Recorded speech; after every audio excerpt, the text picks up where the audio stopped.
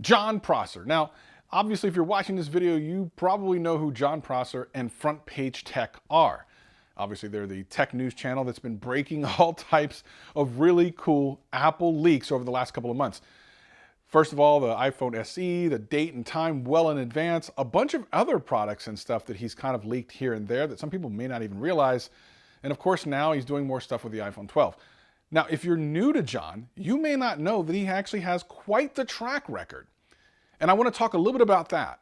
But just as importantly, I know a little bit about Jon's sources through Apple. I'm going to share some of that with you because here's the thing. When you hear about people having sources, you just assume there's some looky-loos who work at the actual company and might tell some report or something.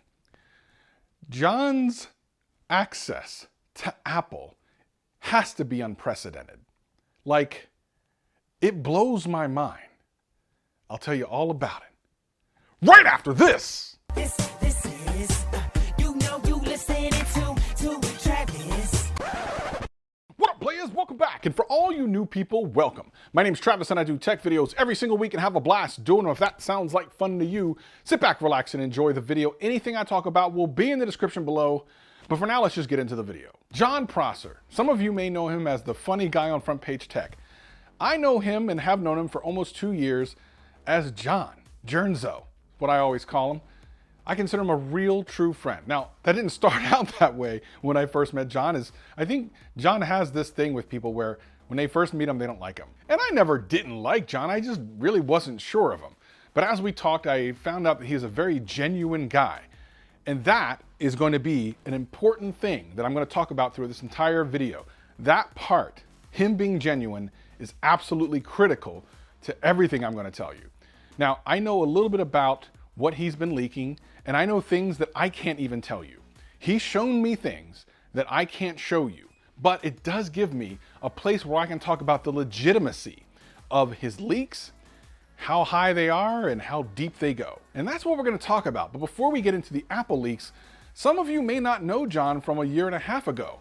You see, this isn't the first time Jon has gotten something like this right. As a matter of fact, his track record is darn good. But one of the things Jon has always said to me is that he values being respected and a source of truth above everything. Like, he would love to get the views, of course, all of us on YouTube would, but he's never going to sacrifice integrity for those views.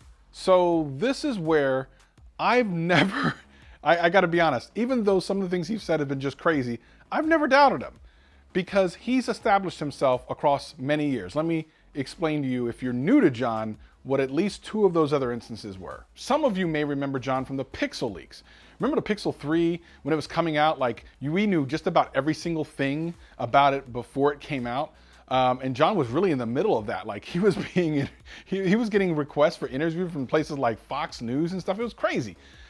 He was doing videos all the time about the Pixel, and people were going to him every single day to learn more about the Pixel 3 and what kind of things it could have. Of course, if you remember those leaks, you'll remember that some Russian people or something were selling them, and there were reviews before the thing was even announced. It was the weirdest time for smartphones.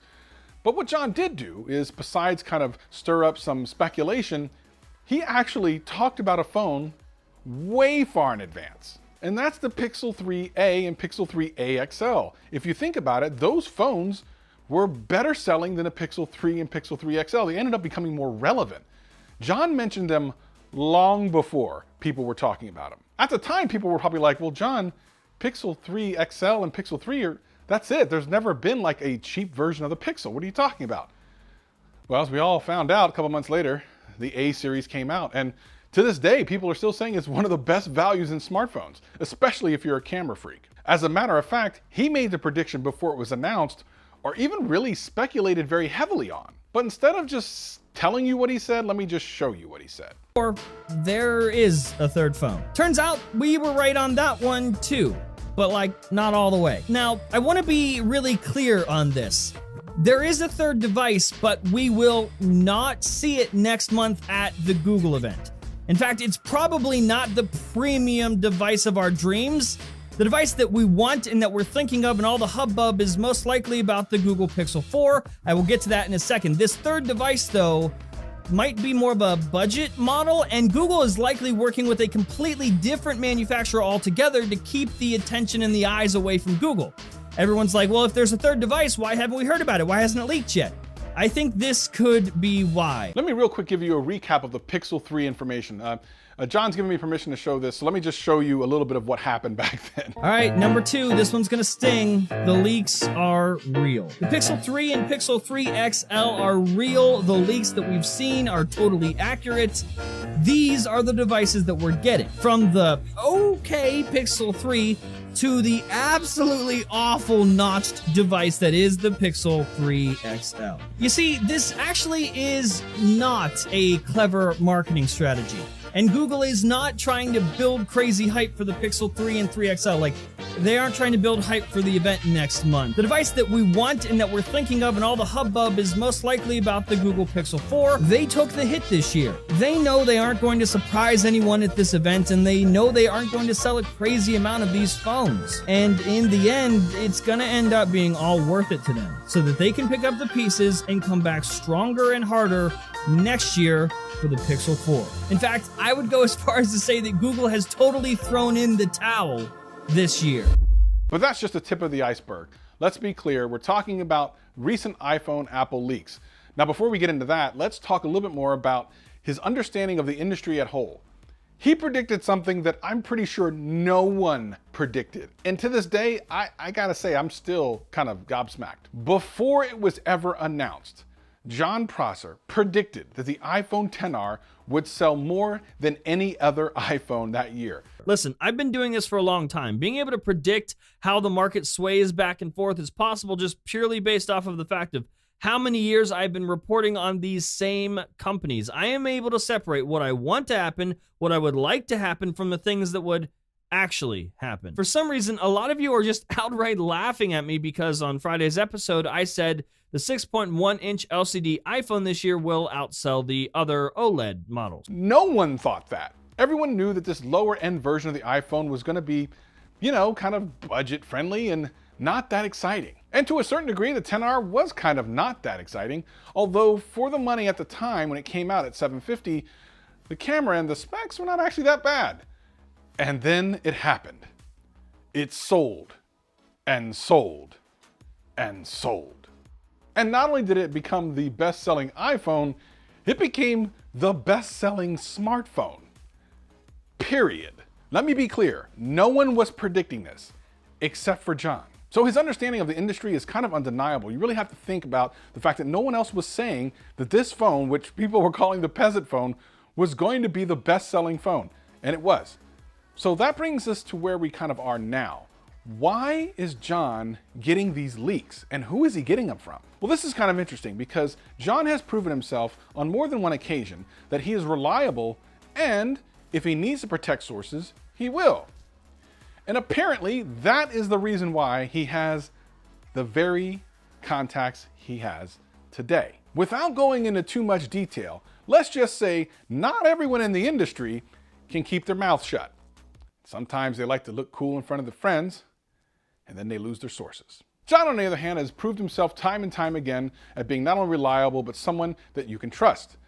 Now, he was reached out to by multiple sources, but the question is why? Well, they're just fans. That's it. Like, Jon didn't have to go find these people. They found him, which makes this pretty remarkable. Like, there was no way he climbed the corporate ladder of leakers or anything like that. They came to him. And there's a lot of jokes out there about how high up Jon's contacts are within Apple and all that other sort of stuff. But let's talk about what he knows and where he's getting it from. Now, if you're not a fan of GadgetCast, the podcast that myself and Greg from Greg's Gadgets does, then you've missed out on a lot of leaks earlier than they show up on Front Page Tech. You see, Greg and I record our podcast on Sundays at 2 p.m. Pacific here on YouTube, and then we put them out on audio on Monday. And Jon's a fan. He loves it. He's actually been on the show before. You might have seen that show recently. But he's been leaking stuff to us during the recording of our podcast for weeks. We've been talking about iPhone 12 leaks and stuff days before they end up on the news. So if you're interested in that sort of thing, there's a link in the description below. You need to be there live when we're having these chats because Jon's always in the comments and always in the chat room kind of giving us exclusives. And you know the stores Oh yeah, we're gonna have breaking news in just a second. Oh my goodness, Jon here we Prosser go. saying that he's gonna give me near finalized prototype info on the iPhone 12 that I can report on. Oh my god, I have it right here, folks. All right, Uh-oh. What do we got? you guys ready for this? Here we go. Let's go. Why do we always break news on this show? I thought this Because Jon Prosser is our You benefactor. you gotta join. You gotta join in the GadgetCast live streams. You just heard Yes. Travis. This is breaking news. Jon Prosser has been on fire. I trust his track record. For the record, I trust his. What if he tries to torpedo us with the one? He tries to get us canceled by saying now, something. yeah, now he's canceling us. He sees the. And it's from those exclusives that I've seen what I've seen, and I've seen some stuff. Let me just be clear. Jon's access, in my mind, is unprecedented. Now, some people might go, well, he is the only person who predicted the date correctly at least a month in advance of the release of the iPhone SE. How was he able to do that? First of all, he has multiple sources. He's never been a person who's hidden that. Of course he has multiple sources. He will not release information about stuff unless he has multiple sources confirming that. He has many single sources that have told him things that he's never talked about. Straight up never talked about. Jon loves to be right. He loves to be right so much that he is unwilling to risk being wrong. So he's only going to release information about things that he is very strongly believing to be true. That really says a lot. The fact that you can trust him, because let me tell you something, that dude will rue the day that he's wrong. The internet will never let him forget it. There's even things he's leaked on the podcast, my podcast with Greg, that he hasn't even talked about in his show. You might not even know about, like the AR glasses. He leaked that on the show. You guys need to be watching GadgetCast. You're missing out on a lot. But he showed me in no uncertain terms how legitimate his sources are, especially one in particular. Now, here's the thing.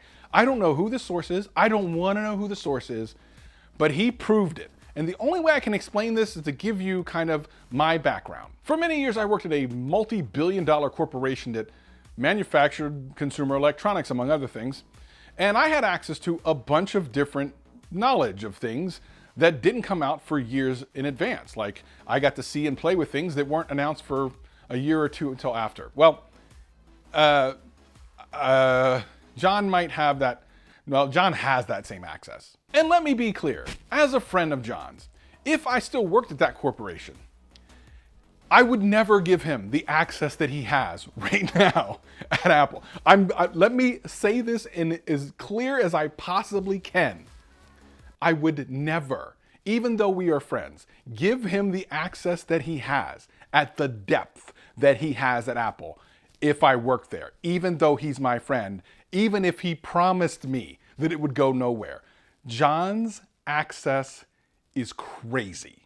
And the reason he has it is because he has made himself not only available to people who want to leak him information, but he has absolutely protected them to the best of his ability. And as long as he's able to do that, more people will, of course, give him more information. As a matter of fact, he was leaking stuff about Samsung late last year, and he'll probably do it again this year. The whole point of this is incredibly simple. Jon Prosser's sources are impeccable. There's no doubt. Even if you don't believe him and you think he got lucky, listen to me. I have seen things that I cannot unsee. I don't know what else to tell you. This is legit. Most of you have been convinced you know, and even if you weren't convinced before, after the SE release, you are now, and the people who weren't convinced before are holding the biggest, most heavy L's that any person in the face of the planet has ever had. The biggest L, like the L's like this. Like they're holding this L, just like this. Like, oh, this L is so heavy. Jon, the L is so heavy. Jon, the L. Jon, the L, the L, the L. So it's really important to say that Jon has not released everything he knows. He knows about things that, again, maybe he can't corroborate with multiple sources. That does not mean they're not true. As a matter of fact, if you want to know the leaks as quickly as he gets them, probably your best place to do that is to go to the GadgetCast or follow him on Twitter. He's been releasing some stuff on there as well. But go to GadgetCast first. Jon understands the industry. He's got respected sources across all types of places, not just inside of Apple, but well outside of Apple and everywhere in between. And as his star rises, he's going to become one of the most important and influential leakers perhaps in history. Like, We're getting to that point. This is essentially his first year truly leaking things. Think about that for a second. Will he ever be wrong? Likely. He will likely be wrong at some point. However, his track record is so strong that you really can't deny that Jon is legit. So shout out to the Toilet Squad. I'm here with you as well. Go check out Jon's latest video. I'm sure it's full of incredible leaks. I watch his stuff every morning he releases something. And make sure you check out GadgetCast, because let me tell you something. If he's about to leak something, it's gonna be there first. I mean, these people, they need to just, it's a podcast. It links in the description. What's wrong with you?